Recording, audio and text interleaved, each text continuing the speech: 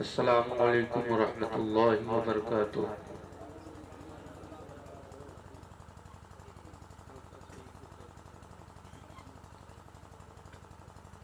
الحمد للہ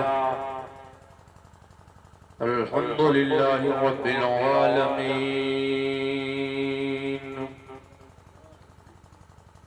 الصلاة والسلام علی سید المرسلین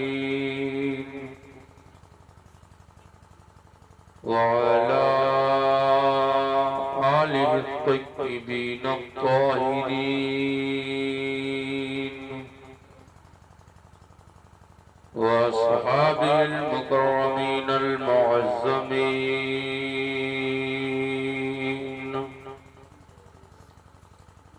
وابن الغوث الأعظم الجيلاني أجمعين. أما بعد، فأعوذ بالله من الشيطان الرجيم. بسم الله الرحمن الرحيم.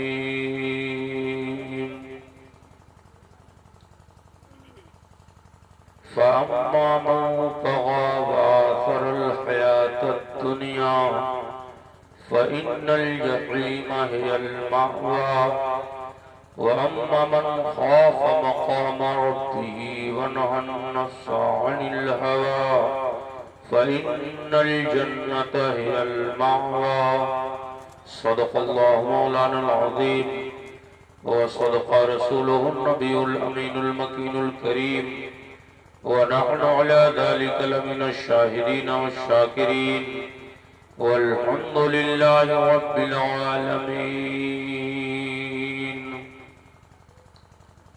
منبر پاک پر جلوہ افروز باوقار علماء اہل سنت، قابل قدر سامعین حضرات، آئیے سب سے پہلے ہم اور آپ مل کر اپنے اور ساری کائنات کے مرکز عقیدت حضور محبوب پروردگار، دونوں عالم کے مالک و مختار، نبیوں کی تاجدار، مصطفیٰ جان رحمت، شمع بزم ہدایت، نوبہار شفاعت، مالک جنت، کعبے کے بدر الدجا، طیبہ کے شمس الضحیٰ، شافع روز جزا، دافع جملہ بلا، منبع جود و سخا، جناب احمد مجتبیٰ حضور محمد مصطفیٰ صلی اللہ تعالی علیہ وسلم کی بارگاہ پرانوار میں جھوم کر درود شریف پڑھیں. اللہم صلی علی سیدنا شفیعنا مولانا محمد قادر الجود والکرم وآلہ وصحبہ وبارک وسلم. صلاۃ و سلام علیک یا رسول اللہ صلی اللہ تعالی علیہ وسلم. نبی اور آل نبی پر ایک بار اور پڑھیں. اللہ رب محمد صلی اللہ علیہ وسلم، نحن عباد محمد صلی اللہ علیہ وسلم. ایک بار اپنے اور اپنے مرحومین کے بخشش و نجات کے لیے پڑھیں. اللہم صلی علی سیدنا شفیعنا مولانا محمد طب القلوب و دوائها وعافیت الابدان و شفائها و نور الابصار و ضیائها و بارک وسلم. صلاۃ و سلام دائما علیک یا رسول اللہ صلی اللہ تعالی علیہ وسلم. آغاز محفل سے لے کر اب تک آپ حضرات ایک کے بعد دیگر علماء اہل سنت، شعراء اعظام سے نظم و نثر میں انہیں سماعت کر رہے ہیں. میں آپ کے مابین حاضر آیا، تھوڑی دیر کے لیے کچھ آپ حضرات کے سامنے بیان کرنے کی کوشش کروں گا. دعا کریں اللہ حق بولنے، حق سننے، حق پر عمل کی توفیق عطا فرمائے. مبارکباد کے لائق ہیں صاحب خانہ جنہوں نے شادی خانہ آبادی کے موقع پر اپنے پروردگار اور اس کے پیارے محبوب اور اس کے پیارے محبوب کے محبوبوں کی محفل سجائی، ان کا ذکر کرایا۔ اللہ تعالیٰ اس شادی خانہ آبادی کو پائے تکمیل تک پہنچائے۔ اگر زمینی و ارضی آسمانی کوئی بھی رکاوٹیں ہوں تو مولا دور فرمائے، اور ہر خوش عقیدہ مسلمان کو اللہ اپنے خوشی غم کے موقع پر شریعت کے دائرے میں رہ کر زندگی گزارنے کی توفیق و رفیق عطا فرمائے۔ میں آپ کے مابین محب المحترم واصف شاہ ہدا حضرت قاری عصمت علی صاحب قبلہ اور پیکر اخلاص و محبت شاعر اہل سنت آپ سب کے خطیب و امام واجب الاحترام حضرت علامہ عمران رضا صاحب قبلہ دامہ ظلہ النورانی، ان حضرات کی دعوت محبت پر میں آپ کے مابین حاضر آیا۔ منبر پاک پر جتنے علماء بیٹھے ہیں، جو جہاں ہے وہ ذرہ وہیں آفتاب ہے۔ قبل مجھ سے ایک مختصر مگر جامع پرمغز خطاب آپ حضرات نے سماعت کیا، جو حالات حاضرہ کو لے کر بہت اچھی گفتگو فرمائی۔ اللہ تعالیٰ ہم سب کو دارین کی نعمتوں سے مالا مال فرمائے۔ تھوڑی دیر کے لیے میں آپ حضرات کے مابین حاضر آ گیا۔ کچھ عرض و معروض سے پہلے، چونکہ یہ جشن غوث الورا کے نام سے مجلس منسوب ہے، تو بارگاہ غوثیت میں ایک مطلع 2 شعر بطور استغاثہ میں پیش کروں، اور آپ حضرات اپنا لو بغداد شریف کی جانب لگائیں اور یہ سوچیں کہ میں فریاد کر رہا ہوں غوث اعظم کی بارگاہ میں، دل سے جو بات نکلتی ہے اثر رکھتی ہے، پر نہیں قوت پرواز مگر رکھتی ہے۔ جب انسان دل سے کسی کو پکارتا ہے تو ضرور اللہ کے اس محبوب کی مدد نصرت اس تک پہنچتی ہے اللہ کے حکم سے۔ تو آئیے بارگاہ غوثیت میں استغاثے کی طور پر ایک مطلع 2 شعر میں عرض کروں، پھر کچھ عرض کرنے کی کوشش کروں، ویسے آواز پہ نہ جائیں۔ مولانا عمران صاحب، قاری عصمت علی صاحب، دیگر علماء جن لوگوں نے نعت مصطفیٰ و منقبت کے اشعار پڑھے ماشاءاللہ، ان لوگوں کی آواز کے سامنے میں ترنم میں کچھ کہوں تو گویا ایسے جیسے سورج کو چراغ دکھانا، مگر عشق ہے تو عشق کا اظہار ہونا چاہیے۔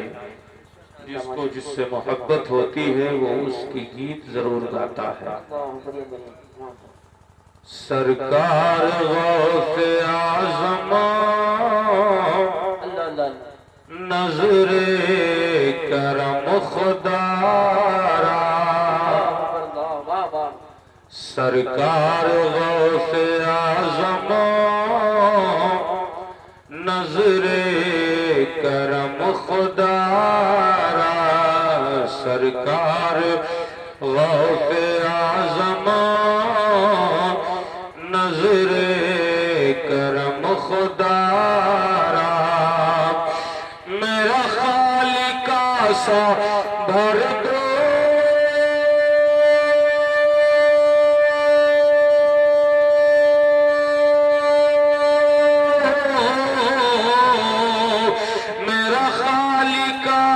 بھر دو، میں فقیر ہوں تمہارا، سرکار غوث اعظم نظر کرم خدا را،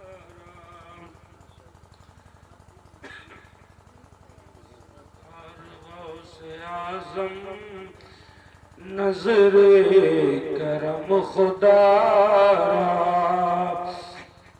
سب کا کوئی نہ کوئی دنیا میں آسرا ہے، سب کا کوئی نہ کوئی دنیا سب کا کوئی نہ کوئی دنیا میں آسرا ہے، میرا بجز تمہارے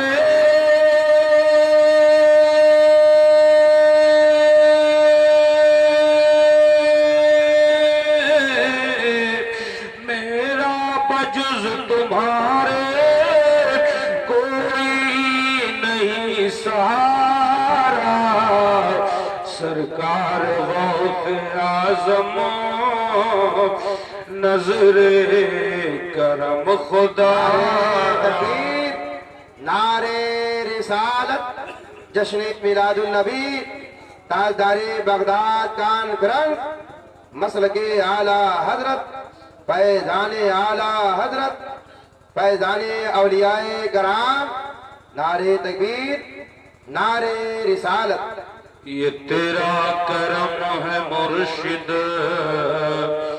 کہ اپنا بنا لیا ہے، یہ تیرا کرم ہے مرشد کہ اپنا بنا لیا ہے، یہ تیرا کرم ہے مرشد کہ اپنا بنا لیا ہے، کہاں مجھ سے یہ کمینہ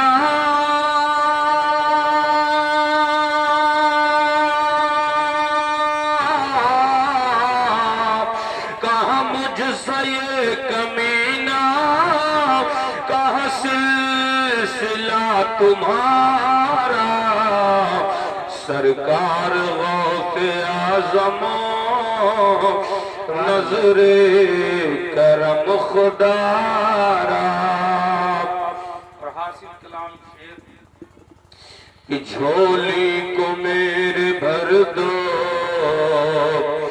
ورنہ کہے گی دنیا، جھولی کو میرے بھر دو ورنہ کہے گی دنیا، جھولی کو میری بھر دو ورنہ کہے گی دنیا، کہ غوث الورا کا مگتا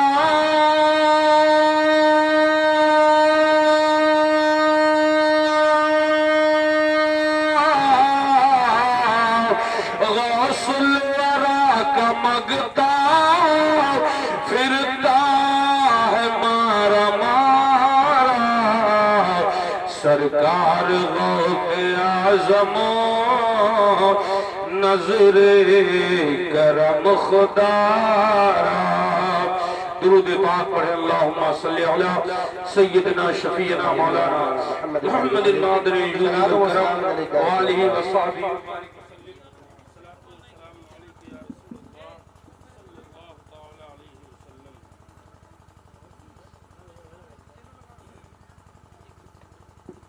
ایک بار اور درود شریف پڑھیں۔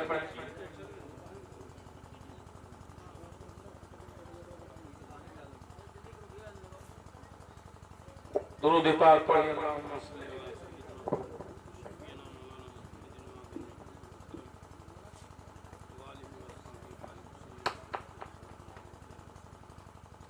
صلی اللہ تعالی علیہ وسلم۔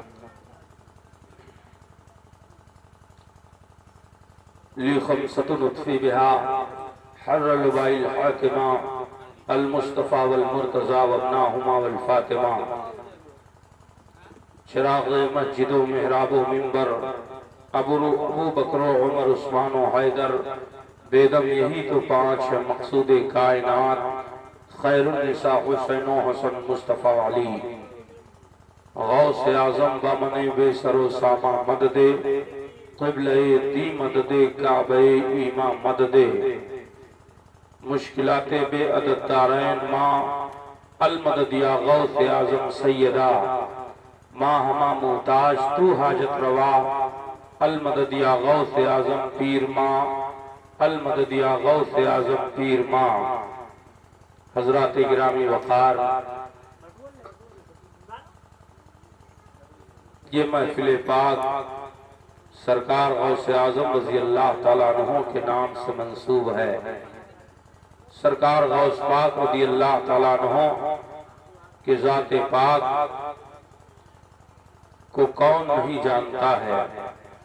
آپ کا مقام، آپ کا مرتبہ، آپ کی بلندی اس قدر ہے کہ چوں محمد درمیان انبیاء، غوث اعظم درمیان اولیاء، جیسے نبیوں کے درمیان میرے آقا محمد مصطفیٰ صلی اللہ علیہ وسلم افضل و اعلیٰ ہیں، ایسے ولیوں کے درمیان سرکار غوث اعظم رضی اللہ تعالیٰ عنہ افضل ہیں۔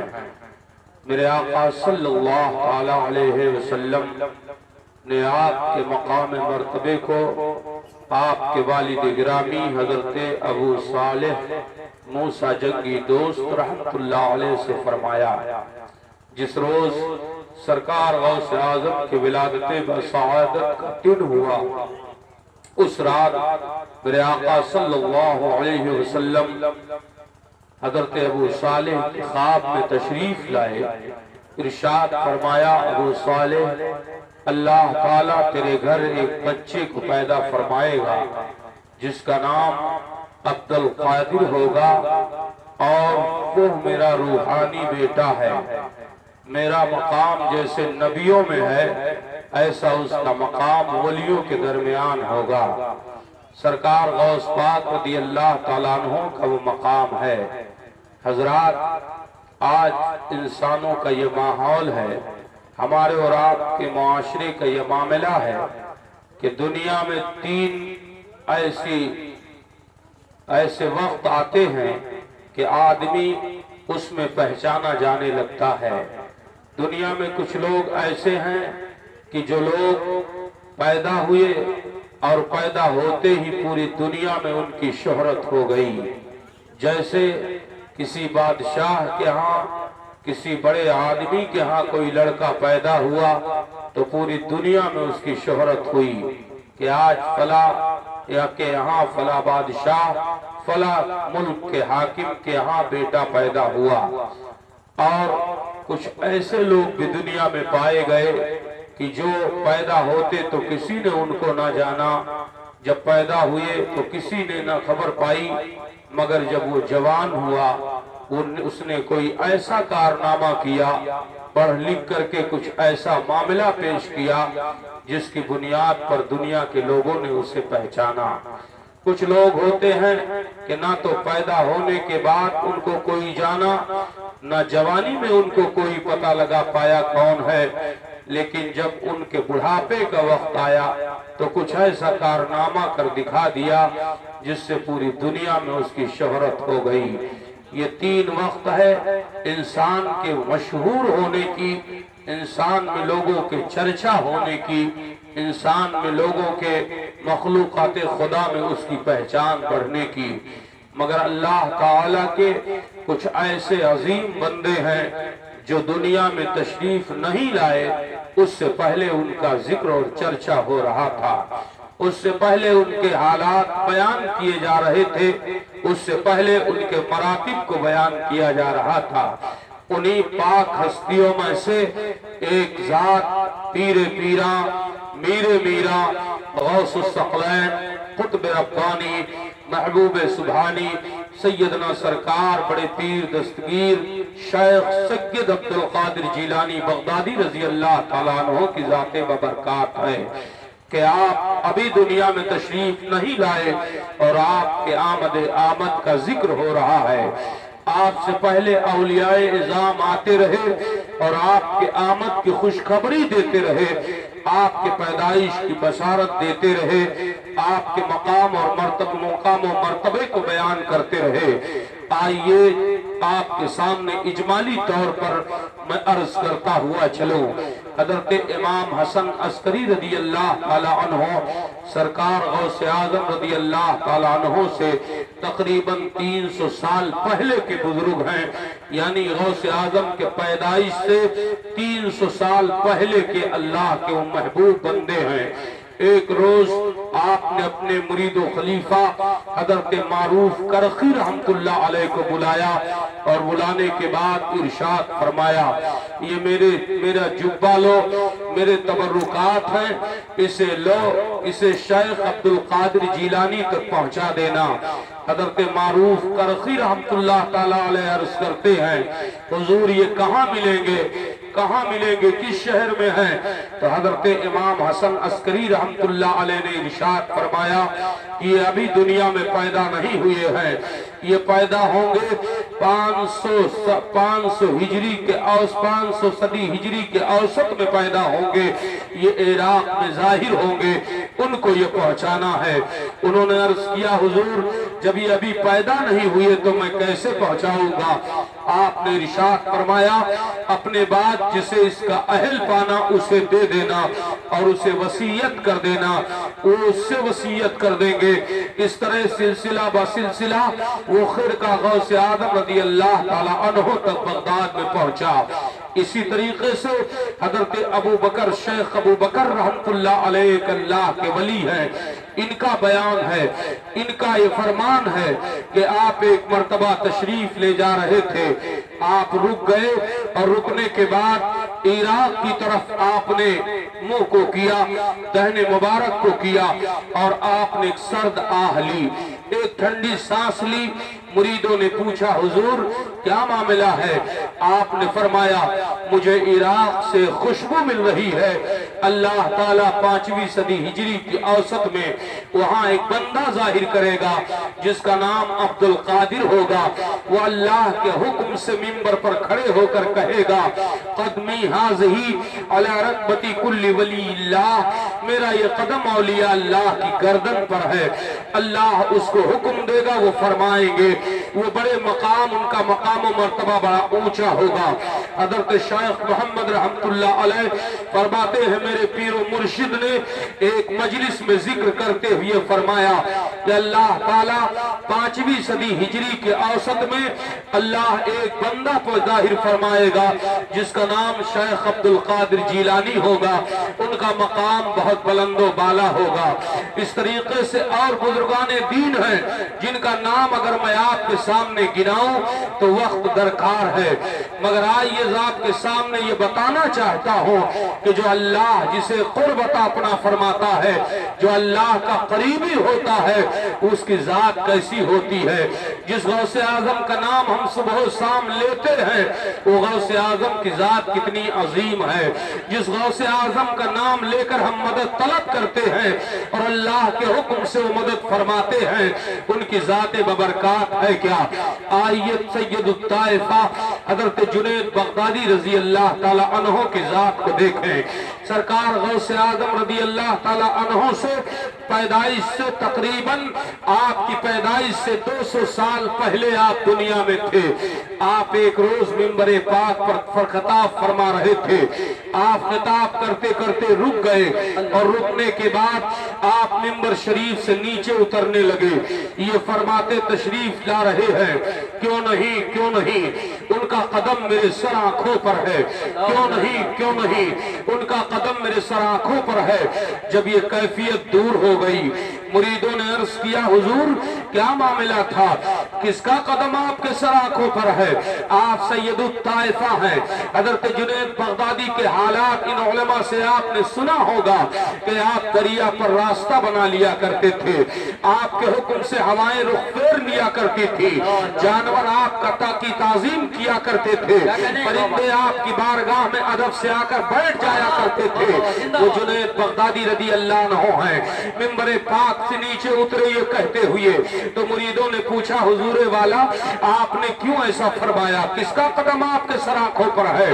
تو حضرت جنید بغدادی فرماتے ہیں کہ میں نے دیکھا عالم اللہ تعالیٰ نے مجھ پر تجلیات کو، اللہ نے مجھ پر تجلیات نازل فرمائی تو میں نے دیکھا کہ ایک بندہ 5ویں صدی ہجری کے اوسط میں ظاہر ہوگا اور اللہ کے حکم سے بغداد کے مسجد کے منبر پر کھڑا ہوگا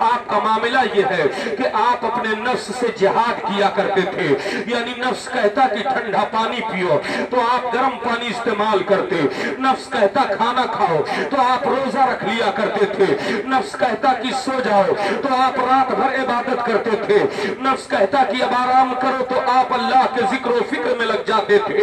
یہ آپ کا معاملہ تھا، اسی لیے آپ کو موسیٰ جنگی دوست کہا جانے لگا۔ اللہ اللہ، آؤ ذرا دیکھو، ان کا معاملہ یہ ہے کہ یہ روزے سے رہا کرتے تھے، اپنے نفس کو مارنے کے لیے ہمیشہ آپ روزہ رکھتے تھے اور آپ سفر کیا کرتے تھے۔ ایک روز آپ سفر کرتے ہوئے جا رہے تھے، دریائے دجلہ کے قریب گئے، اب مغرب کی نماز کا وقت ہو گیا، افطار کا وقت ہو گیا، وہیں پر آپ نے سوچا افطار کرو اور یہیں پر مغرب کی نماز ادا کر کے اس کے بعد آگے چلو۔ آپ دریا کے کنارے رک گئے اور جب دریا کے کنارے رکے تو آپ نے وضو کرنے کے لیے جیسے دریا کے کنارے پہنچے وضو کرنے لگے، ادھر آپ نے دیکھا کہ دریا میں ایک سیب بہتا ہوا آ رہا تھا۔ آپ نے اس سیب کو اٹھایا اور اٹھانے کے بعد اس سے افطار کیا، ایک لقمہ اس کا چبایا، حلق سے نیچے اتارا تو آپ کے ضمیر نے جھجھوڑ دیا، ایمانی جذبے نے آپ کو جھجھوڑا۔ اے ابو صالح، کیا کیا تو نے؟ نہ جانے کس باغ کا یہ پھل ہے اور نہ جانے اس سیب کا مالک کون ہے، تو نے اس کو بغیر پوچھے اجازت لیے کھا لیا ہے۔ قیامت کے میدان میں اگر یہ کھڑا ہو گیا اس کا مالک حساب لینے کے لیے تو بتا کیا جواب دے گا؟ محمد رسول اللہ صلی اللہ علیہ وسلم کی بارگاہ میں کیسے سرخ رو ہو کر جائے گا؟ اے مسلمانوں ذرا غور فرماؤ، واقعہ بتانا مقصد نہیں ہے، آپ کو زندگی سمجھانا چاہتا ہوں، آپ کو بزرگان دین کی حیات دکھانا چاہتا ہوں۔ اللہ اللہ، حضرت ابو صالح موسیٰ جنگی دوست رحمت اللہ علیہ نے پانی کا 2 گھونٹ پیا، اس کے بعد نماز مغرب کو ادا کیا۔ اب آپ سے سوچا اے اللہ میں کیا کروں، میں نے بغیر پوچھے یہ سیب کھا لیا ہے، نہ جانے کس کا باغ ہے، نہ جانے اس کا مالک کون ہوگا، مولا قیامت کے میدان میں نہ جانے میرے ساتھ کیا سلوک ہوگا۔ آپ کے ذہن و فکر میں ایک طریقہ آیا، آپ نے کہا لاؤ اسی دریا کے کنارے چلیں، ہو سکتا ہے وہ درخت مل جائے، وہ باغ مل جائے، اور جب باغ ملے گا تو باغ کے مالک کو تلاش کر لیں گے اور اس سے معافی طلب کر لیں گے۔ ایک لقمہ چبایا ہے سیب کا، دریا کے کنارے چل رہے ہیں، چلتے چلتے ایک باغ نظر آیا جو سیبوں کا درخت ہے، وہاں باغ میں گھس گئے اور وہاں تلاشنے لگے اس کا مالک کون ہے۔ قریب گئے تو آپ نے جا کر کے دیکھا ایک شیخ صاحب بیٹھے ہیں، ایک بزرگ آدمی بیٹھے ہیں، بوڑھے آدمی، ان کے قریب گئے اور جانے کے بعد کہا بابا یہ بتاؤ کہ اس باغ کا مالک کہاں ہے؟ کہا کیا کرو گے؟ سیب خریدنا ہے، کیا کام ہے؟ کچھ لینا دینا ہے؟ کہا نہیں، ہمیں صرف ان سے ملاقات کرنی ہے۔ کیا کام ہے بتاؤ تو صحیح۔ کہا اے بابا مجھے ان سے ملا دو، میرے دل کو قرار آ جائے، میرے الجھنیں دور ہو جائے۔ کہا آخر ہوا کیا نوجوان بتا؟ کہا کہ ہوا یہ ہے کہ میں نے اس سیب کو کھا لیا ہے، میں روزے سے تھا اور دریا کے کنارے وضو کر رہا تھا، یہ دریا میں بہتا جا رہا تھا، میں نے اس کو ایک لقمہ چبا لیا ہے، اب اس باغ سے میں معافی، باغ کے مالک سے معافی مانگنے آیا ہوں تاکہ وہ مجھے معاف کر دے اور قیامت میں حق والا مجھ سے حق نہ مانگنے کھڑا ہو جائے، اسی لیے میں یہاں آیا ہوں۔ نوجوان کو بوڑھے آدمی نے نظر اوپر سے نیچے کیا، سر سے پیر تک دیکھا اور کہا کہ عجیب سا انسان تم ہو، یہ بتاؤ ایک باغ ہے، اس باغ سے سیب ٹوٹ کے گر گیا، دریا میں بہہ کے جا رہا ہے اور اس کے بعد آپ نے پا لیا، اس کو کھا لیا، اب اس میں تمہاری کیا غلطی ہے؟ باغ کا مالک سے، باغ کے مالک سے پوچھنے کی کیا ضرورت ہے؟ تم اپنا راستہ ناپو، اس میں کہنا تھا۔ اس نوجوان نے کہا نہیں، رسول کریم صلی اللہ تعالی علیہ وسلم نے ارشاد فرمایا ہے، ہمارا مذہب اسلام یہ کہتا ہے کہ اگر راستہ چلتے ہوئے کوئی چیز تمہیں پڑی ہوئی مل جائے تو تم اس کو تلاش کرو، اس کے مالک کو، اگر اس کا مالک مل جائے تو اسے واپس کر دو اور اگر نہ ملے تو اس کو احتیاط سے رکھ دو اور رکھنے کے بعد اس کو اس طریقے سے رکھتے رہو، اعلان کرتے رہو، تلاشتے رہو اس کو مالک کو، اگر وہ مل جائے تو اسے دے دو اور تمہاری حیات اگر نہ رہ جائے، تمہارا بڑھاپا آئے تو اپنے بچوں کو وصیت کر جاؤ کہ اس کا مالک آئے گا تو دے دینا، اگر نہ ملے تو علماء نے ایک راستہ نکالا کہ اس نیت نیت سے کہ مولا یہ جس کا مال ہے اس کے نام پر راہ خدا میں صدقہ کر دو، اس کو ثواب ملے گا تو اللہ تعالیٰ تمہیں معاف کر دے گا۔ یہ شریعت بتا رہی ہے، یہ اسلام سکھا رہا ہے، یہ پیغمبر اسلام کا کردار ہے۔ اے مسلمانوں ذرا غور فرماؤ، آج ہمارا آپ کا معاملہ کیا ہے؟ ہم نہیں یہ دیکھتے ہیں کس کا حق ہے، ہم یہ نہیں دیکھتے ہم کر کیا رہے ہیں۔